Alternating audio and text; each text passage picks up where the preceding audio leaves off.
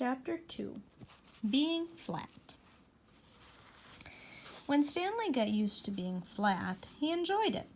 He could go in and out of rooms even when the door was closed, just by lying down and sliding through the crack at the bottom. Mr. and Mrs. Lambchop said it was silly, but they were quite proud of him. Arthur got jealous and tried to slide under a door, but he just banged his head. Being flat could also be helpful, Stanley found. He was taking a walk with Mrs. Lambchop one afternoon when her favorite ring fell from her finger. The ring rolled across the sidewalk and down between the bars of a grating that covered a deep, dark shaft. Mrs. Lambchop began to cry. "I have an idea," Stanley said. He took the laces out of his shoes and an extra pair out of his pocket and tied them all together to make one long lace. Then he tied one end of that to the back of his belt and gave the other end to his mother. "Lower me," he said, "and I will look for the ring."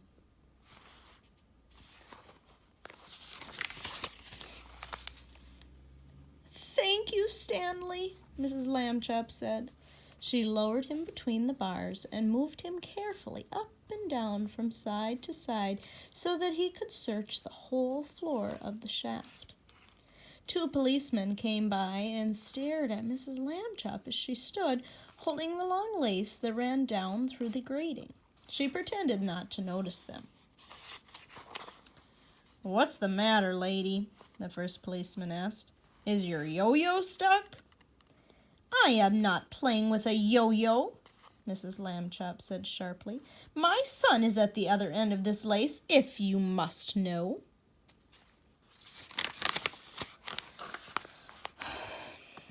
"Get the net, Harry," said the second policeman. "We have caught a cuckoo." Just then, down the shaft, Stanley cried out, "Hooray!" Mrs. Lambchop pulled him up and saw that he had the ring. "Good for you, Stanley," she said. Then she turned angrily to the policeman. "A cuckoo indeed," she said. "Shame!" The policeman apologized. "We didn't get it, lady," they said. "We have been hasty. We see that now." "People should think twice before making rude remarks," said Mrs. Lambchop, "and then not make them at all."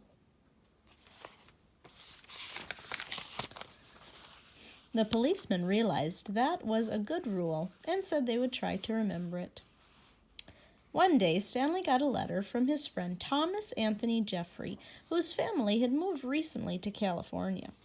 A school vacation was about to begin, and Stanley was invited to spend it with the Jeffreys. "Oh, boy," Stanley said, "I would love to go." Mr. Lambchop sighed.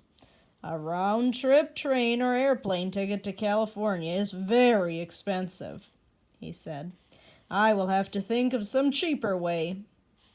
When Mr. Lambchop came home from the office that evening, he brought with him an enormous brown paper envelope. "Now then, Stanley," he said, "try this for size." The envelope fit Stanley very well. There was even room left over, Mrs. Lambchop discovered, for an egg salad sandwich made with thin bread and a toothbrush case filled with milk.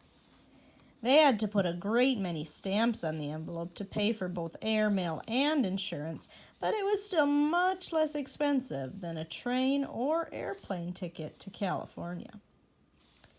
The next day, Mr. and Mrs. Lambchop slid Stanley into his envelope, along with the egg salad sandwich and the toothbrush case full of milk, and mailed him from the box on the corner.